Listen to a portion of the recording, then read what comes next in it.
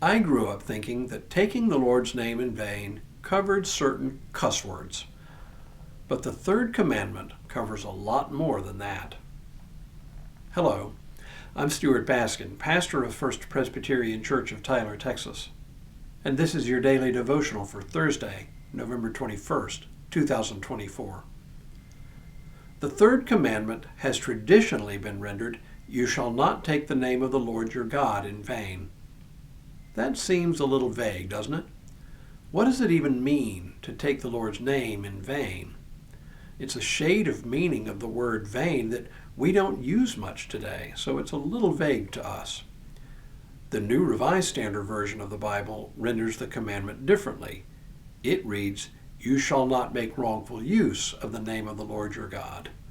And the New International Version renders it, "You shall not misuse the name of the Lord your God." What this gets to is that using the holy name of God for light or casual purposes is to misuse God's name. God's name, after all, is holy, meaning it should be set apart, special. The underlying Hebrew term includes the shade of meaning as empty, as in meaningless.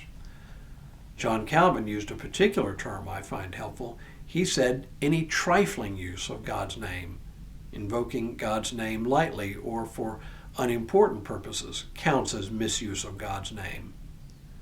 I think it's important to remember that this commandment originally concerned the name of God, which in Hebrew is Yahweh.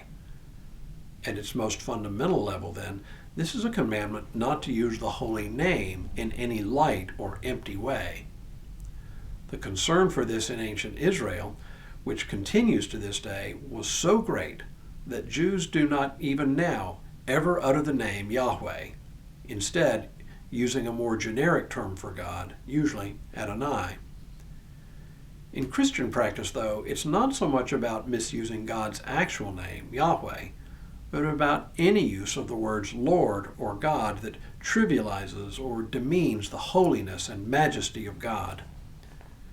There has been some debate over the centuries about whether using the name of God when swearing oaths is something that we should do, and some Christian sects to this day do not use the phrase, "So help me God," when swearing oaths, either in court or when being sworn in as public officials. But in general, the idea of using the name of God in the process of taking serious oaths has not been challenged all that heavily. I think in our day there are three major ways we misuse God's name. First, we misuse God's name in casual speech. For example, when we say, "Oh my God," over relatively inconsequential things like something surprising, then we misuse God's name. Turns out it's something many of us do without even thinking about it. Even the now common OMG amounts to the same thing. To be clear, though, there are times when saying, "Oh my God," is perfectly appropriate. Psalm 22, for example, the psalmist writes, my God, why have you forsaken me? Why are you so far from helping me? From the words of my groaning. Oh my God, I cry by day, but you do not answer, and by night, but find no rest."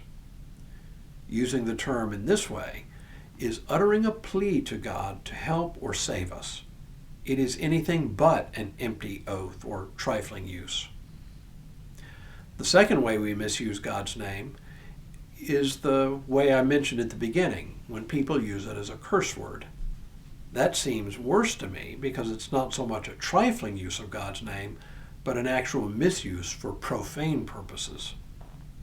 But to me, the worst is when people invoke God's name for commercial or partisan political purposes. These are the ones that really burn me up. Talk about trivializing God's name. And yet people seem to resonate with it. It's one thing to have theologically based principles that underlie our politics, and it's one thing to have faith-based ethics guiding our business decisions. But to use God's name to win votes or gain customers, I can think of no clearer example of using the Lord's name in vain or using the Lord's name trivially. Look, God is holy.